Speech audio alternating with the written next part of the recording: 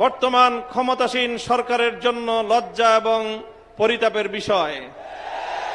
তাদের জন্য একটি কলঙ্কজনক অধ্যায়।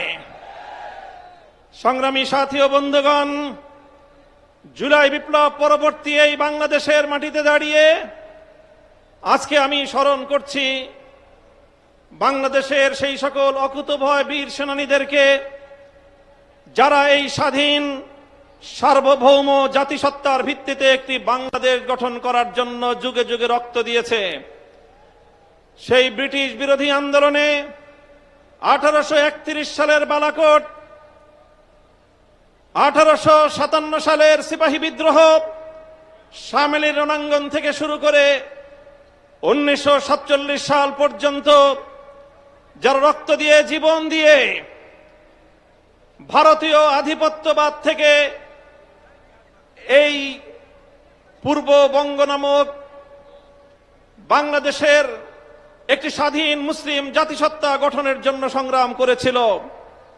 বিংশ শতকের গোড়ার দিকে 1905 সাল থেকে বঙ্গভঙ্গ থেকে কলকাতা এবং দিল্লির আধিপত্যকে যারা মানতে অস্বীকৃতি জানিয়ে রক্ত দিয়েছে, জীবন দিয়েছে, 1921 সালে এই বাংলাদেশের মানুষের শিক্ষা দীক্ষা সহ সার্বিক উন্নয়নের লক্ষ্যে যেই ঢাকা বিশ্ববিদ্যালয় প্রতিষ্ঠার পিছনে যারা অবদান রেখেছে, এরপরে 1947-এ একটি নতুন রাষ্ট্র পাওয়ার পর 24 বছর পর্যন্ত যারা জুলুম এবং বৈষম্যের বিরুদ্ধে লড়াই করেছে, সর্বশেষ 1971 সালে মহান মুক্তিযুদ্ধের মধ্য দিয়ে বাংলাদেশকে একটি বৈষম্যহীন স্বাধীন রাষ্ট্রের গোড়াপত্তন করার জন্য তারা একটি পরিবেশ তৈরি করে দিয়েছে।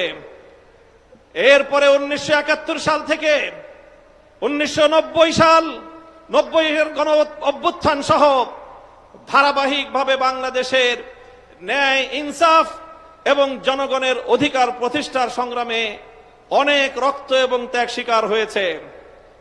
বিগত ফ্যাসিবাদী স্বৈরাচারী শেখ হাসিনার আমলে 2009 সালের পিলখানা ট্রাজেডি, 2013 সালের শাপলা চত্বরের নবী প্রেমিকদের অকাতরে রক্তদান,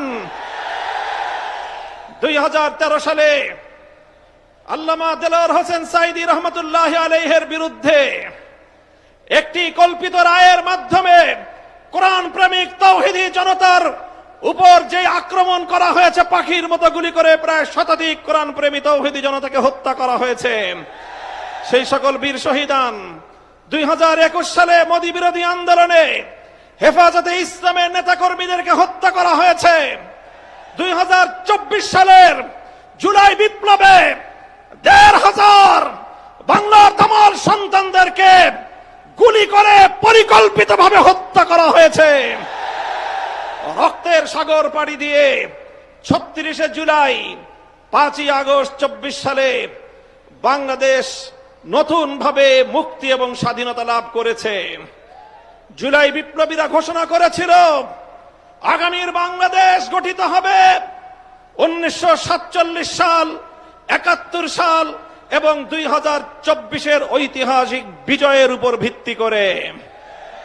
তাই আজ যারা মনে করেন কেন আজকে বাংলাদেশের আলেম সমাজ, কেন আজকে বাংলাদেশের ইসলামপন্থীরা, কেন আজকে বাংলাদেশ খেলাফত মজলিস জুলাই বিপ্লবের পক্ষে এভাবে মাথায় কাফনের কাপড় বেঁধে রাজপথে নামতে চায়, যাদের মনে দ্বিধা সংশয় রয়েছে, আমি তাদেরকে বলতে চাই, আমরা জুলাই বিপ্লবের আকাঙ্ক্ষা জন্যই বাস্তবায়ন করতে চাই।